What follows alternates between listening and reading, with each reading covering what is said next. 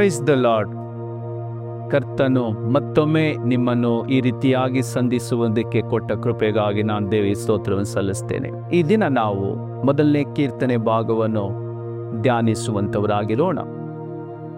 ಯಾವನು ದುಷ್ಟರ ಆಲೋಚನೆಯಂತೆ ನಡೆಯದೆ, ಪಾಪಾತ್ಮರ ಮಾರ್ಗದಲ್ಲಿ ನಿಂತುಕೊಳ್ಳದೆ, ಧರ್ಮ ನಿಂದಕರೊಡನೆ ಕೂತುಕೊಳ್ಳದೆ, ಯೆಹೋವನ ಧರ್ಮಶಾಸ್ತ್ರದಲ್ಲಿ ಆನಂದ ಪಡುವನಾಗಿ ಅದನ್ನೇ ಹಗಲಿರುಳು ಧ್ಯಾನಿಸುತ್ತಿರುವವನು, ಅವನು ಎಷ್ಟೋ ಧನ್ಯನು. ಅವನು ನೀರಿನ ಕಾಲುವೆಗಳ ಬಳಿಯಲ್ಲಿ ಬೆಳೆದಿರುವ ಮರದ ಹಾಗಿರುವನು. ಅಂತ ಮರವು ತಕ್ಕ ಕಾಲದಲ್ಲಿ ಫಲ ಕೊಡುತ್ತದಲ್ಲ, ಅದರ ಎಲೆ ಬಾಡುವುದೇ ಇಲ್ಲ. ಅದರಂತೆ ಅವನ ಕಾರ್ಯವೆಲ್ಲವೂ ಸಫಲವಾಗುವುದು. ದುಷ್ಟರು ಹಾಗಲ್ಲ, ಗಾಳಿ ಬಡಕೊಂಡು ಹೋಗುವ ಹೊಟ್ಟಿನಂತಿದ್ದಾರೆ. ಅದರಂತೆ ದುಷ್ಟರು ನ್ಯಾಯ ವಿಚಾರಣೆಯಲ್ಲೂ, ಪಾಪಾತ್ಮರು ನೀತಿವಂತರ ಸಭೆಯಲ್ಲಿಯೂ ನಿಲ್ಲುವುದಿಲ್ಲ. ಯೆಹೋವನು ನೀತಿವಂತರ ಮಾರ್ಗವನ್ನು ಲಕ್ಷಿಸುವನು, ದುಷ್ಟರ ಮಾರ್ಗವೋ ನಾಶವಾಗುವುದು. ಈ ಕೀರ್ತನೆಯ ಭಾಗದಲ್ಲಿ ನಾವು ಅನೇಕ ಸಾರಿ ಕೀರ್ತನೆ ಭಾಗವನ್ನು ಓದಿದ್ದೇವೆ. ಕೀರ್ತನೆಗಾರರು ಹೇಳುವ ಹಾಗೆ, ಒಬ್ಬ ವ್ಯಕ್ತಿಯ ಆಲೋಚನೆ ಸರಿಯಾಗಿರುವಾಗ ಅವ ವ್ಯಕ್ತಿಯ ಆಲೋಚನೆ ಅಂತೆ ಅವನ ಜೀವಿತವು ಆಶೀರ್ವಾದಕರವಾಗಿರುತ್ತೆ. ಒಬ್ಬ ವ್ಯಕ್ತಿಯ ಆಲೋಚನೆ ಸರಿಯಾಗಿ ಇಲ್ಲದೇ ಇದ್ದರೆ ಅವನ ಜೀವಿತ ಆಶೀರ್ವಾದಕರವಾಗಿರುವುದಿಲ್ಲ ಎಂಬುದಾಗಿ.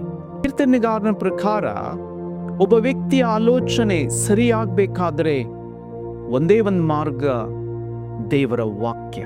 ದೇವರ ವಾಕ್ಯದಿಂದಲೇ ಒಬ್ಬ ವ್ಯಕ್ತಿ ತನ್ನ ಆಲೋಚನೆಯನ್ನು ಸರಿಪಡಿಸಿಕೊಳ್ಳಿಕ್ಕೆ ಸಾಧ್ಯ ಎಂಬುದಾಗಿ ಕೀರ್ತನೆಗಾರನು ತಿಳಿಸ್ತಾ ಇದ್ದಾನೆ. ಅಂತ ವ್ಯಕ್ತಿಯ ಜೀವಿತ ಇಗೋ ನೀರಿನ ಕಾಲುವೆಗಳ ಬಳಿಯಲ್ಲಿ ಬೆಳೆದಿರುವ ಮರದ ಹಾಗೆ ಆಶೀರ್ವಾದಕರವಾಗಿರುತ್ತೆ ಎಂಬುದಾಗಿ ಹೇಳ್ತಾ ಇದ್ದಾನೆ. ನೀರಿನ ಕಾಲುವೆಗಳ ಬಳಿಯಲ್ಲಿ ಬೆಳೆದಿರುವ ಮರವನ್ನ ರೂಪಾಲಂಕಾರವಾಗಿ ಕೀರ್ತನೆಗಾರನು ಉಪಯೋಗಿಸ್ತಾ ಇದ್ದಾನೆ. ಪ್ರಿಯ ಸಹೋದರ ಸಹೋದರಿ, ಇಂದಿನ ದಿನಮಾನಗಳಲ್ಲಿ ಮನುಷ್ಯ ಆಲೋಚನೆಗಳನ್ನು ಮಾಡುವಂಥದ್ದು ಭಯಂಕರವಾಗಿ, ಅದು ದುಷ್ಟತನದ ಆಲೋಚನೆಗಳಲ್ಲಿ ಮನುಷ್ಯ ಇವತ್ತು ಜೀವಿಸ್ತಾ ಇದ್ದಾನೆ. ಇವತ್ತಿನ ಆಲೋಚನೆ ಸ್ವಾರ್ಥಮಯವಾದ ಆಲೋಚನೆಯಲ್ಲಿ ಮನುಷ್ಯ ಬದುಕ್ತಾ ಇದ್ದಾನೆ. ಈ ಸ್ವಾರ್ಥಮಯವಾದಂತಹ ಜಗತ್ತು, ಈ ನಶ್ವರವಾದಂತಹ ಜಗತ್ತಿನಲ್ಲಿ ಮನುಷ್ಯ ತನ್ನ ದೈವಿಕತ್ವದ, ದೇವರ ಸ್ವಾರೂಪ್ಯವುಳ್ಳ ಆಲೋಚನೆಯನ್ನು ಮರೆತು ಬಿಟ್ಟಿದ್ದಾನೆ. ಅದಕ್ಕಾಗಿ ಮತ್ತೊಮ್ಮೆ ಈ ಮುಂಜಾನೆ ವೇಳೆಯಲ್ಲಿ ದೇವರು ನಮ್ಮ ಸಂಗಡ ಮಾತಾಡ್ತಿರೋದೇನೆಂದ್ರೆ, ಇವತ್ತು ನಮ್ಮ ಸ್ವಾರ್ಥಮಯವಾದ ದುಷ್ಟತನವಾದ ಆಲೋಚನೆಗಳು ಬದಲಾಗಲಿಕ್ಕೆ ದೇವರ ವಾಕ್ಯ ನಮ್ಮ ಜೀವಿತದಲ್ಲಿ ಬಹಳ ಉಪಯೋಗಕರವಾಗಿದೆ ಎಂಬುದಾಗಿ. ಯಾವ ಮನುಷ್ಯ ದೇವರ ವಾಕ್ಯದಲ್ಲಿ ಹೆಚ್ಚು ಸಮಯ ಕಳೀತಾ ಇದ್ದಾನೆ, ಅವನ ಜೀವಿತದ ಆಲೋಚನೆಗಳು ವ್ಯತ್ಯಾಸವಾಗಿರುತ್ತೆ. ಆ ವ್ಯಕ್ತಿ ವ್ಯತ್ಯಾಸಕರವಾಗಿ ಆಲೋಚಿಸ್ತಾನೆ. ಸ್ವಾರ್ಥಮಯವಾದ ಲೋಕದಲ್ಲಿ ತಾನು ಜೀವಿಸ್ತಾ ಇದ್ದನು, ಆತನು ನಿಸ್ವಾರ್ಥಮಯವಾದಂಥ ಆಲೋಚನೆಗಳಲ್ಲಿ ಬದುಕಲಿಕ್ಕೆ ಸಾಧ್ಯವಾಗುತ್ತೆ.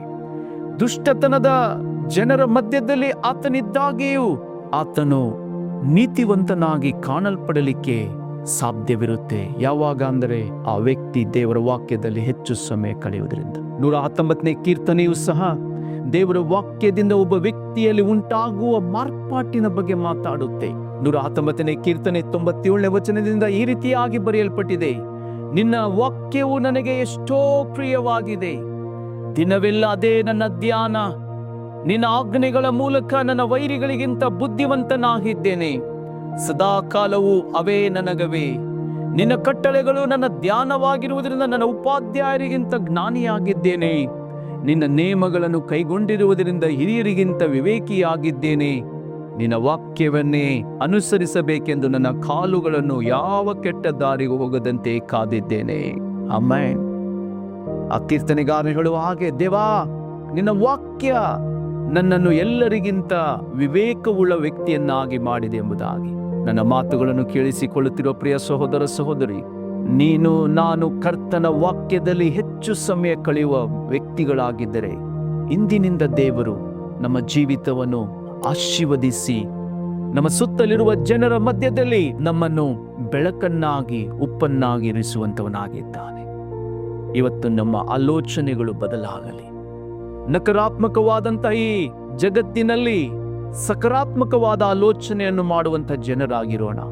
ಸಕಾರಾತ್ಮಕವಾದ ಆಲೋಚನೆಯಲ್ಲಿ ನಾವು ಇರಬೇಕಾದ್ರೆ ದೇವರ ವಾಕ್ಯ ನಮ್ಮನ್ನು ಮಾರ್ಪಾಟಿನಲ್ಲಿ ನಡೆಸುತ್ತೆ. ದೇವರು ತಾನೇ ಈ ವಾಕ್ಯಗಳಿಂದ ನಿಮ್ಮನ್ನು ಆಶೀರ್ವದಿಸಲಿ. ನಮ್ಮೆಲ್ಲರಿಗಾಗಿ ನಾವು ಪ್ರಾರ್ಥಿಸಿಕೊಳ್ಳೋಣ. ಪ್ರೀತಿಯುಳ್ಳ ತಂದೆ, ಈ ದುಷ್ಟ ಲೋಕದಲ್ಲಿ ಜೀವಿಸ್ತಿರುವ ನಮ್ಮ ಜೀವಿತಗಳಲ್ಲಿ ನಾವು ನಿಸ್ವಾರ್ಥವಾಗಿಯೂ ದೇವಾ ನೀತಿಯುಳ್ಳ ಆಲೋಚನೆಯಲ್ಲಿ ಜೀವಿಸಿರಲಿಕ್ಕೆ ದೇವಾ ನಿನ್ನ ವಾಕ್ಯದಲ್ಲಿ ಹೆಚ್ಚು ಸಮಯ ಕಳೆಯುವುದಕ್ಕೆ ನಮಗೆ ಕೃಪೆ ಕೊಡು. ನಿನ್ನ ವಾಕ್ಯದ ಪ್ರಕಾರ ನಾವು ನಡೆಯಲಿಕ್ಕೆ ನಿನ್ನ ಕೃಪೆಯನ್ನು ಅನುಗ್ರಹಿಸು. ಕೂಡಿ ಬಂದ ಎಲ್ಲರನ್ನು ಆಶೀರ್ವದಿಸು.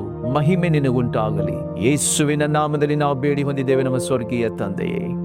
ಆಮೇನ್, ಆಮೇನ್, ಆಮೇನ್. ದೇವರು ನಿಮ್ಮನ್ನು ಆಶೀರ್ವದಿಸಲಿ.